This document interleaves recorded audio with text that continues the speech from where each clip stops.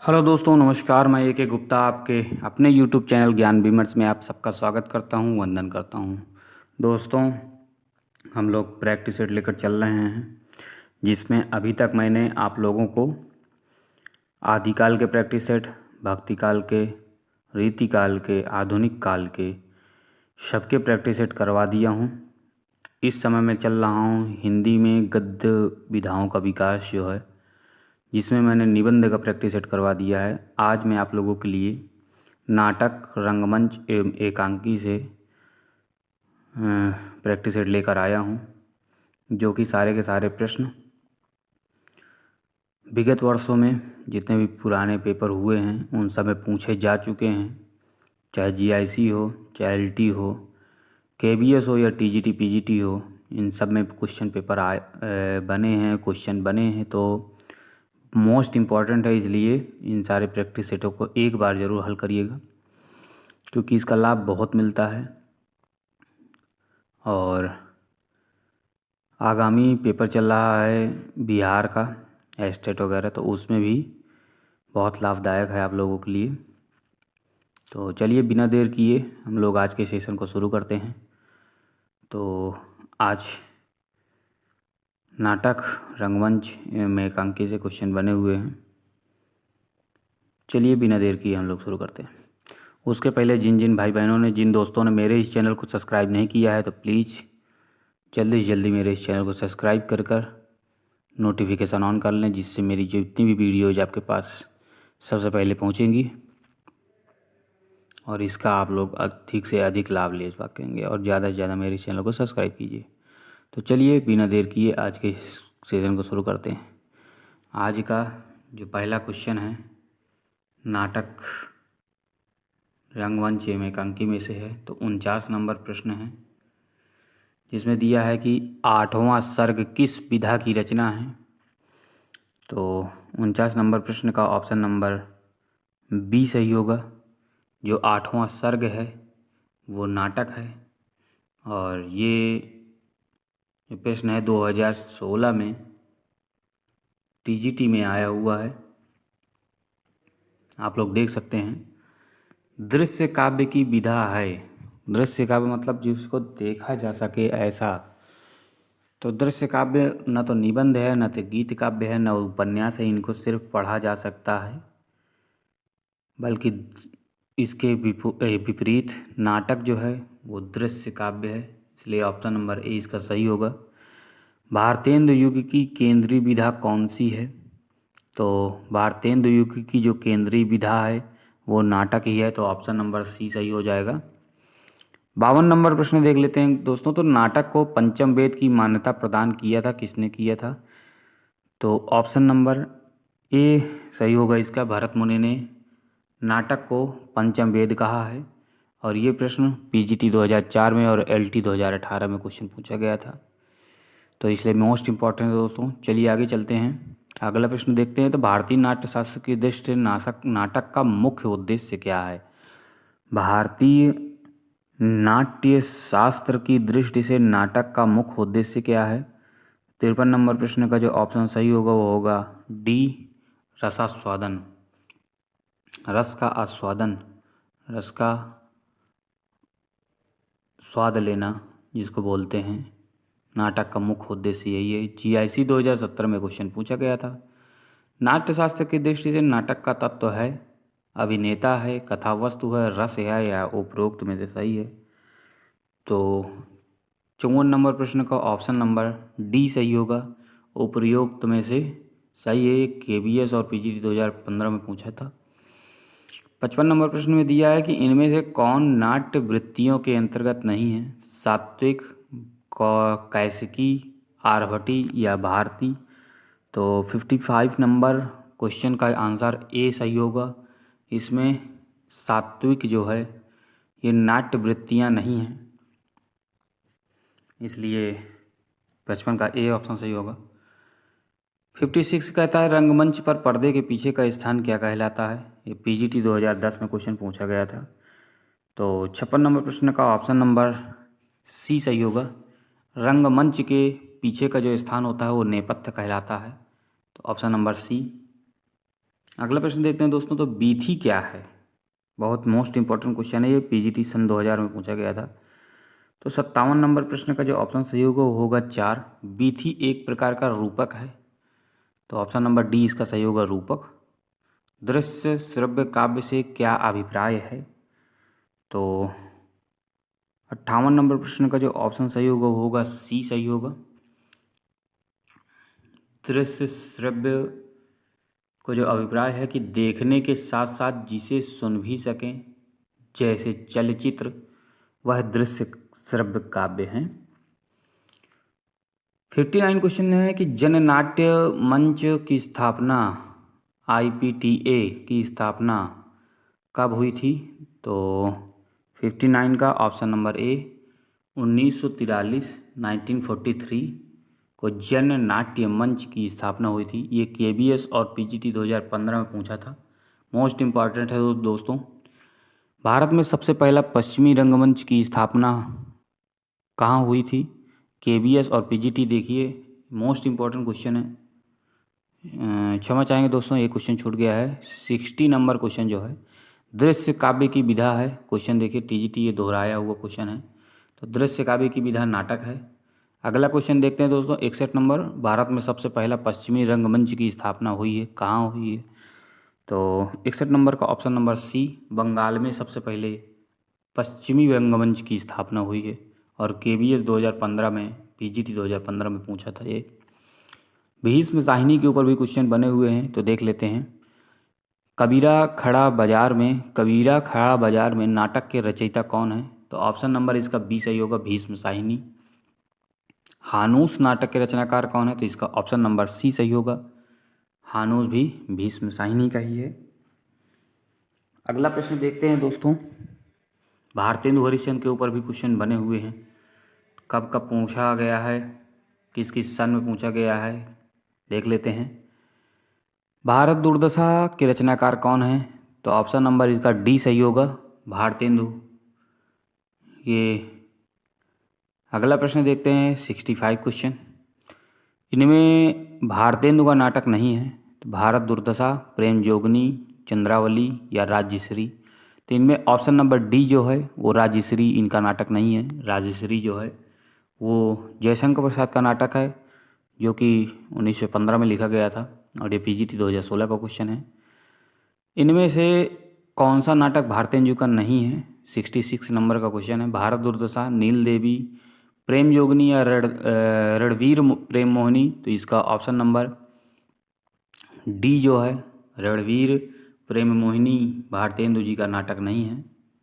ये PGT 2011 और TGT 2011 दोनों वैकेंसीज में पूछी गई हैं, मोस्ट इम्पॉर्टेंट है। चलिए अगला क्वेश्चन देखते हैं। इनमें 67 नंबर क्वेश्चन है, 67 नंबर क्वेश्चन। इनमें से कौन सा भारतेंदु जी का अनूदित नाटक है?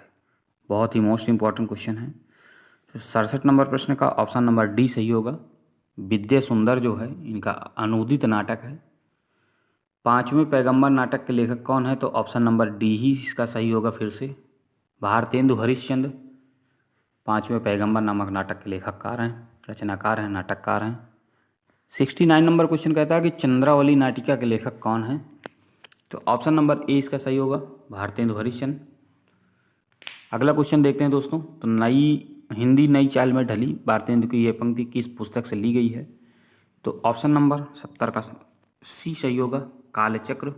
कालचक्र की भूमिका में कहा गया है कि हिंदी नई चाल में ढली। जयशंकर प्रसाद के ऊपर क्वेश्चन बने हुए हैं, तो वो देख लेते हैं दोस्तों हम। 71 नंबर क्वेश्चन कहता है कि इनमें से किसने सर्वाधिक ऐतिहासिक नाटक लिखे हैं? तो जयशंकर प्रसाद ने ही सर्वाधिक ऐतिहासिक नाटक लिखे हैं, तो ऑप्शन नंबर बी इसका सही होगा। अगला प्रश्न देखते हैं दोस्तों। जयशंकर प्रसाद के नाटकों का सही क्रम कौन सा है? 72 नंबर का ऑप्शन नंबर बी सही होगा। पहले से विशाखा है, फिर अजातशत्रु है, फिर कामना है और फिर स्कंदगुप्त है। ये इसका क्रम है, सही क्रम है। चलिए अगला प्रश्न देखते हैं दोस्तों। 73 नंबर प्रश्न क्या कहता है कि इनमें से किस नाटक में नारी के पुनर्लग्न की समस्या उठाई गई है? तो 73 नंबर प्रश्न का ऑप्शन नंबर बी सही होगा। ध्रुव स्वामिनी नामक नाटक में नारी के पुनर्लग्न, पुनर्विवाह, दोबारा विवाह की समस्या उठाई गई है। और ये क्वेश्चन जो है वो टीजीटी 2016 के पेपर में आया हुआ था।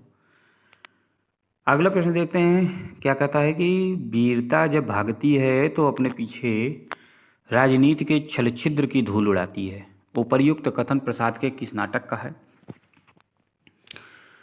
74 नंबर प्रश्न का ऑप्शन नंबर डी सही होगा। ध्रुव स्वामिनी में कहा गया है, जीआईसी 2015 का प्रश्न क्वेश्चन है ये, कि जब वीरता भागती है तो अपने पीछे राजनीति के छल छिद्र की धूल उड़ाती है।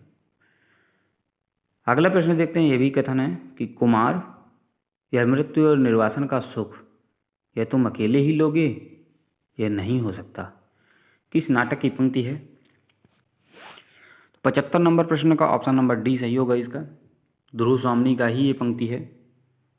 अगला प्रश्न देखते हैं, 76 नंबर प्रश्न में दिया है कि निम्नलिखित में से कौन सा नाटक जयशंकर प्रसाद द्वारा रचित है? तो ध्रुव स्वामिनी, कृष्णार्जुन युद्ध, रुक्मिणी परिणय, प्रेमलोक।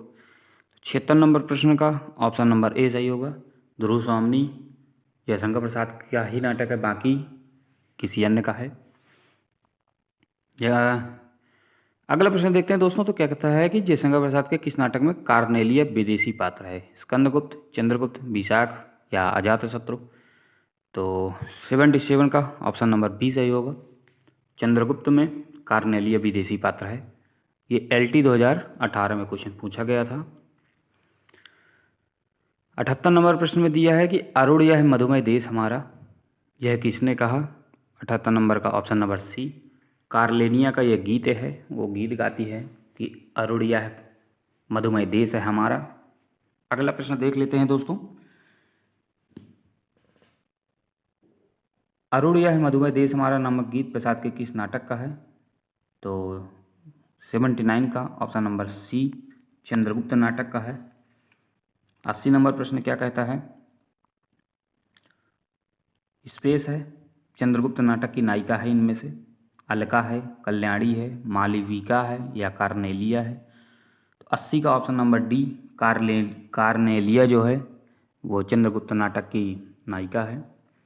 अगला प्रश्न देखते हैं कि अलका जयशंकर प्रसाद के किस नाटक की पात्र है? टीजीटी 2011 का क्वेश्चन है ये। तो 81 का ऑप्शन नंबर डी सही होगा। चंद्रगुप्त, अलका जो है चंद्रगुप्त नाटक की पात्र है। 82 नंबर प्रश्न देखते हैं दोस्तों, निम्नलिखित में से कौन सा नाटक प्रसाद का इनमें से नहीं है? जन्मेजय का नागयज्ञ, स्कंदगुप्त, ध्रुव स्वामिनी या सिंदूर की होली। तो 82 नंबर का ऑप्शन नंबर डी इसका सही होगा। सिंदूर की होली जयशंकर प्रसाद की नहीं है, बाकी तीनों जयशंकर प्रसाद की है। अगला प्रश्न देखते हैं, 83 नंबर प्रश्न है कि निम्नलिखित में से एक जयशंकर प्रसाद द्वारा रचित नाटक नहीं है? अजातशत्रु, स्कंदगुप्त, ध्रुव स्वामिनी या तितली।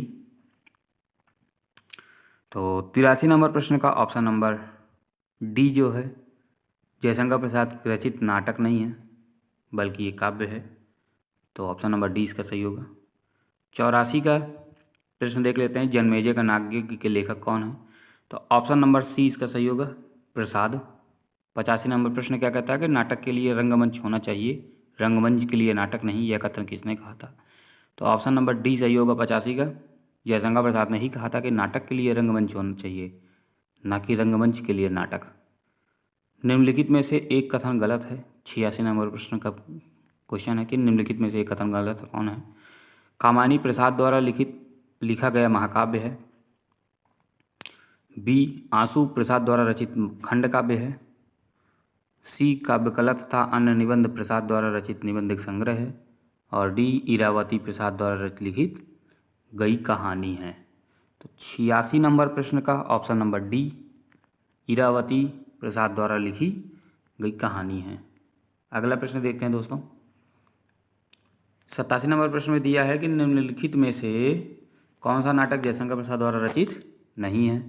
स्कंदगुप्त, चंद्रगुप्त, करबला, ध्रुव स्वामिनी। तो ऑप्शन नंबर इसका सी सही होगा, करबला जयशंकर प्रसाद का नहीं है, मैथिलीलाल गुप्त का है। ये बात आप लोग ध्यान रखिएगा और कमेंट में अपने आंसर ज़रूर देते रहिएगा ताकि लास्ट में ये पता चले कि आप लोगों का कितना सही जा रहा है और तैयारी किसकी कितनी बेहतर है। इससे अपना अपना खुद का मूल्यांकन हो जाता है, इसलिए ध्यान रखिएगा कि आंसर ज़रूर दीजिएगा और कमेंट में बताइएगा पेपर क्वेश्चन कैसे हैं। पुराने पेपर हैं इसलिए मोस्ट इम्पॉर्टेंट है। चलिए अगले प्रश्न देखते हैं कि जयशंकर प्रसाद के करुणालय का नाट्य रूप है एकांकी, प्रतीकात्मक नाट्य, ऐतिहासिक नाटक या गीत नाट्य। पीजीटी 2005 में क्वेश्चन पूछा गया था। 88 नंबर प्रश्न का ऑप्शन नंबर डी गीत नाट्य है करुणालय इनका। अगला प्रश्न देखते हैं दोस्तों, नाटक और नाटककार की दृष्टि से एक युग्म अशुद्ध है। चारुमित्र राम कुमार वर्मा, एक घूंट जयशंकर प्रसाद, टूटते परिवेश विश्व प्रभाकर, आषाढ़ का एक दिन सुरेंद्र वर्मा। 89 का ऑप्शन नंबर डी इसका सुरेंद्र वर्मा जो है आषाढ़ का एक दिन का नहीं है। अगला प्रश्न देखते हैं, हिंदी में गीत नाट्य परंपरा की प्रथम रचना और उसके रचनाकार। तो 90 का ऑप्शन नंबर ए करुणालय हिंदी का प्रथम गीत नाट्य है और उसके रचनाकार जयशंकर प्रसाद हैं। ये क्वेश्चन मोस्ट इम्पॉर्टेंट है क्योंकि ये टीजीटी 2003, 2010 और पीजीटी 2010 तीन बार पूछा गया है। चलिए मोहन राकेश के ऊपर भी प्रश्न बने हैं तो देख लेते हैं। आषाढ़ का एक दिन के रचनाकार कौन है? आषाढ़ का एक दिन मोहन राकेश का है। ऑप्शन नंबर इसका बी सही होगा। 92 नंबर प्रश्न में दिया है कि मध्यम वर्ग की पारिवारिक समस्या को दर्शाने वाला नाटक है, आधे अधूरे हैं। ऑप्शन नंबर सी 92 का। चलिए अगले प्रश्न देखते हैं दोस्तों, इनमें गौतम बुद्ध के आख्यान पर आधारित नाटक कौन सा है? तो 93 का ऑप्शन नंबर डी लहरों के राजहंस जो है वो गौतम बुद्ध के आख्यान पर आधारित नाटक है। ये जीआईसी 2017 में क्वेश्चन पूछा गया था। अगला प्रश्न देखते हैं दोस्तों, तो लहरों के राजहंस के नाटक कौन है? तो लहरों के राजहंस जो नाटक है वो मोहन राकेश का है। ऑप्शन नंबर ए सही होगा। चलिए अगला प्रश्न देखते हैं, 95 नंबर प्रश्न क्या कहता है, कौन सा नाटक मोहन राकेश कृत नहीं है? तो लहरों के राजहंस, आधे अधूरे, रक्त कमल, आषाढ़ का एक दिन। 95 नंबर का ऑप्शन नंबर सी रक्त कमल जो है वो मोहन राकेश का नहीं है, बाकी तीनों मोहन राकेश के नाटक है। अगला प्रश्न देख लेते हैं दोस्तों, गोपाल चंद्र उर्फ गिरधर दास जो कि भारतेंदु हरिश्चंद्र के पिताजी हैं, उनके ऊपर क्वेश्चन बना है कि नहुस नाटक के लेखक बाबू गिरधर दास का भारतेंदु हरिश्चंद्र से क्या संबंध था? तो ऑप्शन नंबर ए पिता का, क्योंकि वो पिता थे गोपाल चंद्र गिरधर दास और भारतेंदु हरिश्चंद्र पुत्र थे। ये टीजीटी 2004 में, 2009 में, 2010 में 3 बार पूछा गया है। क्वेश्चन हल्के में मत लीजिएगा, जिसको आता है इधर आएगा नहीं, क्योंकि कभी कभी हल्के क्वेश्चन छोड़कर लोग गलत करके चले आते हैं, बाद में पछताते हैं। चलिए अगला प्रश्न देखते हैं कि राम कुमार वर्मा के ऊपर क्वेश्चन बना हुआ है कि हिंदी में यथार्थवादी मतलब आधुनिक एकांकी के जनक कौन है? ये क्वेश्चन मोस्ट इंपॉर्टेंट है दोस्तों, बहुत पूछा गया है। पीजीटी 2004 में, 2009 में और एलटी 2018 में 3 बार क्वेश्चन पूछा जा चुका है। तो आधुनिक एकांकी के जनक, हिंदी में यथार्थवादी एकांकी के जनक राम कुमार वर्मा है। ऑप्शन नंबर ए सही होगा।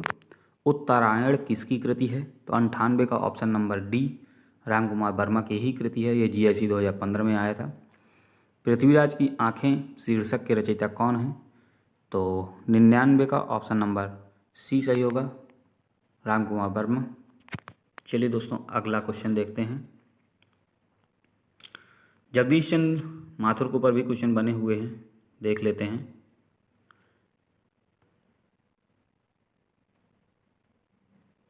सौ नंबर प्रश्न है, इनमें से जगदीश चंद्र माथुर का नाटक नहीं है, कोणार्क नहीं है, शारदीय नहीं है, पहला राजा नहीं है या अंधा युग नहीं है। तो 100 का ऑप्शन नंबर डी अंधा युग जो है धर्मी भारती का है, ना कि जगदीश चंद्र माथुर का है, इसलिए ऑप्शन नंबर डी सही होगा इसका। पीजीटी 2016 का क्वेश्चन है ये, कोणार्क नाटक की रचना किसने की थी? तो ऑप्शन नंबर इसका बी सही होगा, जगदीश चंद्र माथुर। दोस्तों इधर उधर की फालतू बातें करने से अच्छा है जितना ज़्यादा हम लोग प्रैक्टिस सेट कर लेंगे उतना ही लाभदायक है, और एग्जैक्ट क्वेश्चन बता के जल्दी जल्दी पेपर ज़्यादा से ज़्यादा हल करने की कोशिश कर रहे हैं, क्योंकि चार चार छः छः क्वेश्चन तो लोग उसके जो ऑप्शन होते हैं सब लोग बताते हैं, परंतु ज़रूरी थोड़ी ना है कि इसमें जो चार ऑप्शन है वही पूछ ले। क्वेश्चन के चार ऑप्शनों में से एक ऑप्शन जो सही होता है उसको छोड़कर तीन ऑप्शन बदले भी जा सकते हैं। इसलिए एग्जैक्ट जो आंसर सही है वो आंसर हम लोग बस ध्यान देते हैं कि इसके रचना या रचनाकार कौन है एक दूसरे के। एग्जैक्ट आंसर देख लेते हैं। बाकी तीन ऑप्शन कुछ भी हो सकते हैं, तो ज़रूरी नहीं है तीन आंसरों पर टाइम वेस्ट बर्बाद करें। इसलिए बिना देर किए हम लोग ढेर सारे प्रैक्टिस सेट कर लेते हैं। चलिए 102 नंबर प्रश्न क्या कहता है कि प्रभुसत्ता संपन्न शासक वर्ग एवं गरीब शिल्पी के मध्य संघर्ष कथा को किस नाटक की विषय वस्तु बनाया गया है। पीजीटी 2009 में क्वेश्चन पूछा गया था। तो 102 नंबर जो प्रश्न है उसका ऑप्शन सही होगा ए, कोणार्क नामक जो नाटक है उस पे ये प्रभुसत्ता संपन्न शासक वर्ग एवं गरीब शिल्पी के मध्य संघर्ष की कथा है। शारदिया के नाटककार कौन हैं, तो 103 का ऑप्शन नंबर सी जगदीश चंद्र माथुर हैं। लक्ष्मी नारायण लाल के ऊपर भी क्वेश्चन बना हुआ है। मादा कैक्टस नाटक किसने लिखा था, लक्ष्मी नारायण लाल, ऑप्शन नंबर 20 का सही होगा। अंधा कुआं के रचनाकार कौन है, तो इसके भी लक्ष्मी नारायण लाल ही हैं, ऑप्शन नंबर 20 का सही होगा। एक चीज़ आप लोग बहुत ध्यान से देखे होंगे तो शक हुआ होगा कि अंधा कुआं और अंधा युग ये दोनों मिलते जुलते लगभग रचनाएं हैं, पर दोनों के लेखक अलग अलग है। अंधा युग जो है धर्मवीर भारती का है और अंधा कुआं जो है और लक्ष्मीनारायण लाल का है। तो ये चीज़ ध्यान रखिएगा, आप लोग कंफ्यूज मत होइएगा कि गलत करके चले आओ। चलिए अगले प्रश्न देखते हैं। सर्वेश्वर दयाल सक्सेना 106 नंबर प्रश्न है। कुआनो नदी इनमें से किस कवि की कृति है, तो Sarveshwar Dayal Saxena, option number A ही सही होगा इसका। सर्वेश्वर दयाल सक्सेना की रचनाएं इनमें से हैं जादू नहीं कविता व सात भाइयों के बीच चंपा, आमने सामने व आत्मजयी, सतरंगे पंखों वाली व तालाब की मछलियाँ, एक सूनी नाव व जंगल का दर्द।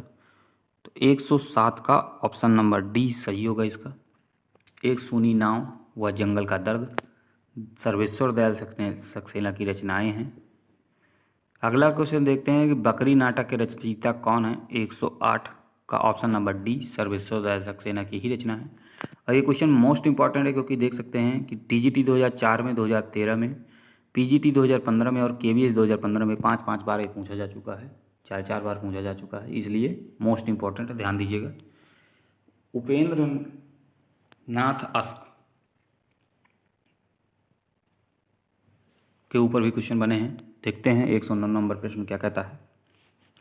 अंजो दीदी किस विधा की रचना है, 109 का ऑप्शन नंबर बी सही होगा इसका, नाटक है ये अंजो दीदी। उपेंद्र नाथ अस्क रचित जोंक किस प्रकार की एकांकी है, तो 110 का ऑप्शन नंबर बी सामाजिक व्यंग्यपरक ये रचना है जोंक। सामाजिक रूपरेखा ढांचा और जो सामाजिक स्तर है, बिगड़ते हुए हालात हैं, उस पर व्यंग्य किया गया है जोंक नामक रचना एकांकी से। अगला क्वेश्चन देखते हैं 111 नंबर की। बांधो ना नाव इस ठाव के लेखक कौन हैं, तो उपेंद्र नाथ अस्क ही हैं। ये पीजीटी सन 2000 में क्वेश्चन पूछा गया था। अगला प्रश्न है 112 नंबर प्रश्न। हिंदी का प्रथम दुखांत नाटक कौन सा है, तो 112 का ऑप्शन नंबर सी रणधीर प्रेम मोहिनी है। संयोगिता स्वयंवर है 113 नंबर, तो ऑप्शन नंबर ए इसका सही होगा। संयोगिता स्वयंवर एक नाटक है। अगला प्रश्न देखते हैं गुरु। अन्य नाटककार 114 नंबर प्रश्न क्या कहता है। श्रृंगार और वीर रस प्रधान नाटक इनमें से कौन है, तो 114 नंबर प्रश्न क्या कहता है कि ऑप्शन नंबर ए श्रृंगार और वीर रस प्रधान नाटक जो है वो मयंक मंजरी है। केवीएस पीजीटी 2015 में पूछा गया था। महाभारत की कथा पर आधारित नाटक इनमें से कौन सी है, अंधा युग, अंधी गली, कोणार्क, आधे अधूरे। 115 का ऑप्शन नंबर ए अंधा युग जो है वो महाभारत पर आधारित है। 116 नंबर प्रश्न में दिया है कि पंडित जवाहरलाल नेहरू और ब्रह्मावर्त के पृथु के बीच विलक्षण साम्य किस नाटक में है? 116 का ऑप्शन नंबर डी, पहला राजा। पहला राजा जो है ऐसी रचना है जिसे जवाहरलाल नेहरू और ब्रह्मावर्त के पृथु के बीच विलक्षण साम्य दिखाया गया है। अगला प्रश्न देखते हैं दोस्तों कि निम्नलिखित में से कौन सी रचना एकांकी है? सुहा के नुपुर, परिंदे, गुल के बन्नों, नदी प्यासी थी। 117 का ऑप्शन नंबर डी सही होगा, नदी प्यासी थी, यह एक एकांकी है। अगला प्रश्न दोस्तों, निम्नलिखित नाटककारों में ऐतिहासिक नाटककार कौन है? लक्ष्मीनारायण लाल, doctor Dharmveer Bharti, Upendra Nath ask, doctor Ramkumar Verma. 118 का option number D, Ramkumar Verma ऐतिहासिक नाटककार हैं। 119 नंबर प्रश्न में क्या दिया है कि मुद्रा राक्षस नाटक का नायक कौन है? तो 119 का ऑप्शन नंबर सी, चाणक्य जो हैं मुद्रा राक्षस नामक नाटक के नायक हैं। 120 नंबर प्रश्न में दिया है कि सती चंद्रावली और अमर सिंह राठौर नाटकों की रचना किसने की है? 120 का ऑप्शन नंबर ए, राधा चरण गोस्वामी जो हैं इन दोनों रचनाओं के नाटककार हैं। 121 नंबर प्रश्न में दिया है स्पेस को नुक्कड़ नाटक के जनक कहते हैं। किसको नुक्कड़ नाटक के जनक कहते हैं? KBS PG 2015 में दोनों में पूछा गया था। तो 121 का option number C, Safdar Hashmi जो हैं इनको नुक्कड़ नाटक के जनक कहा जाता है, सफदर हाशमी। 122 नंबर प्रश्न का ऑप्शन नंबर क्या सही होगा तो देख लेते हैं। तिलचट्टा नाटक के लेखक कौन है? तो ऑप्शन नंबर ए इसका सही होगा, मुद्रा राक्षस जो हैं इन्होंने तिलचट्टा नामक नाटक लिखा है। 123 नंबर प्रश्न क्या कहता है कि मुद्रा राक्षस द्वारा पीड़ित तिलचट्टा नाटक में तिलचट्टा प्रतीक है। 123 नंबर का ऑप्शन नंबर ए, यौन कुंठाओं का प्रतीक है तिलचट्टा। किसको हिंदी का प्रथम मौलिक नाटक, मतलब कौन हिंदी का प्रथम मौलिक नाटक है, कौन सा? आनंद रघुनंदन, नील देवी, अंधेर नगरी, प्रहलाद चरित। 124 का ऑप्शन नंबर ए, आनंद रघुनंदन जो है हिंदी का प्रथम मौलिक नाटक है। कल्पांतर है, क्या है? काव्य नाटक है, गीत नाट्य है, काव्य महाकाव्य है या खंड काव्य है? तो 125 का ऑप्शन नंबर बी, कल्पांतर जो है वो एक गीत नाट्य है, ध्यान दीजिएगा दोस्तों। 126 में दिया है कि बाबू तोताराम ने जोसेफ एडिसन के नाटक कैटो का अनुवाद किस नाम से किया है? 126 का ऑप्शन नंबर बी, कृतांत नाम से कैटो का अनुवाद किया था बाबू तोताराम ने जोसेफ एडिसन के नाटक का। अगला प्रश्न देखते हैं दोस्तों, तो 127 नंबर में दिया है कि संभवामि युगे युगे नाटक के रचनाकार हैं या रचयिता हैं। 127 का ऑप्शन नंबर ए, G.J. हरजीत, इन्होंने संभवामि युगे युगे नामक नाटक के रचनाकार हैं। 128 नंबर प्रश्न देखते हैं दोस्तों, तो एक और द्रोणाचार्य ये किसकी कृति है? तो सुरेंद्र वर्मा, लक्ष्मीनारायण लाल, शंकर शेष या भीष्म शाही। 128 का ऑप्शन नंबर सी, शंकर शेष की रचना है, ये नाटक है एक और द्रोणाचार्य। 129 में दिया है कि इनमें से नाग बोडल द्वारा लिखित नाटक है। तो 129 का ऑप्शन नंबर ए, खूबसूरत बहू नाग बोडल द्वारा लिखित नाटक है, हिंदी का पहला रेडियो नाटक माना जाता है। तो 130 का option number B, Radha Krishna नामक नाटक जो है हिंदी का पहला रेडियो नाटक माना जाता है, GIC 2017 में पूछा गया था। चौपट चपेट नाटक के लेखक हैं। 131 नंबर ऑप्शन नंबर डी सही होगा, किशोरी लाल गोस्वामी जो हैं चौपट चपेट नाटक के लेखक हैं। अगला प्रश्न देखते हैं, 132 नंबर में दिया है कि रेडियो नाटककार के रूप में कौन लेखक अधिक प्रसिद्ध है? 132 का ऑप्शन नंबर ए, चिरंजीत जो हैं वो रेडियो नाटककार के रूप में बहुत ज़्यादा प्रसिद्ध हैं। अगला प्रश्न है कि रस गंधर्व नाटक के रचयिता हैं। 133 का ऑप्शन नंबर बी सही होगा, मणि मधुकर जो है वो रस गंधर्व नाटक के रचनाकार हैं। अगला प्रश्न दिया है दोस्तों कि विश्वामित्र नाटक के लेखक कौन हैं? 134 का option number B. Uday Shankar Bhatt जो हैं वो विश्वामित्र नाटक के लेखक हैं। 135 में है चरणदास चोर किसकी कृति है? तो हबीब तनवीर की है, ऑप्शन नंबर सी सही होगा इसका। हबीब तनवीर चरणदास चोर नामक नाटक कृति के नाटककार हैं, रचनाकार हैं। 136 नंबर प्रश्न में है कि सूर्य की अंतिम किरण से सूर्य की पहली किरण तक किसकी नाट्य कृति है? 136 का ऑप्शन नंबर ए सुरेंद्र वर्मा द्वारा रचित यह नाटक है। सूर्य की अंतिम किरण से सूर्य की पहली किरण, तो ऑप्शन नंबर ए सही होगा। 137 नंबर प्रश्न क्या कहता है दोस्तों? शकुंतला नाटक का खड़ी बोली गद्य में अनुवाद किसने किया था? बहुत बढ़िया क्वेश्चन है दोस्तों। 137 का ऑप्शन नंबर बी राजा लक्ष्मण सिंह ने शकुंतला नाटक का खड़ी बोली में अनुवाद किया था। 138 नंबर प्रश्न में देखते हैं दोस्तों, तो रुपया तुम्हें खा गया एकांकी के लेखक हैं। 138 का ऑप्शन नंबर ए भगवती चरण वर्मा ने लिखा है एकांकी। अगला देखते हैं रेल का बिकट खेल नाटक के रचनाकार कौन है? 139 का ऑप्शन नंबर सी सही होगा। बालकृष्ण भट्ट की रचना है, नाटक है रेल का बिकट खेल। अगला प्रश्न देखते हैं दोस्तों, तो उत्तर प्रियदर्शी नामक गीत नाट्य की लेखक कौन है? तो 140 का ए अज्ञेय हैं उत्तर प्रियदर्शी। आज के सेकंड लास्ट 141 नंबर प्रश्न, शिव साधना नाटक इनमें से किनका है? 141 का ऑप्शन नंबर बी हरिकृष्ण का है। हरिकृष्ण जी ने शिव साधना नामक नाटक लिखा था।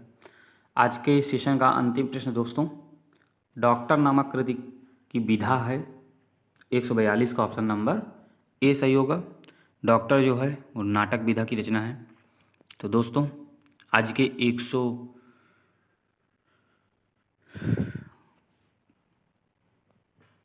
कुछ क्वेश्चन हैं,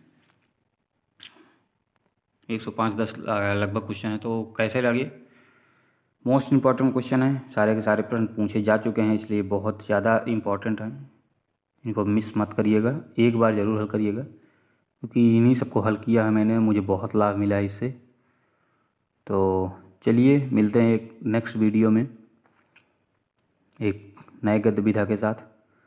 तो आज के लिए बस इतना ही। जय हिंद, जय हिंदी।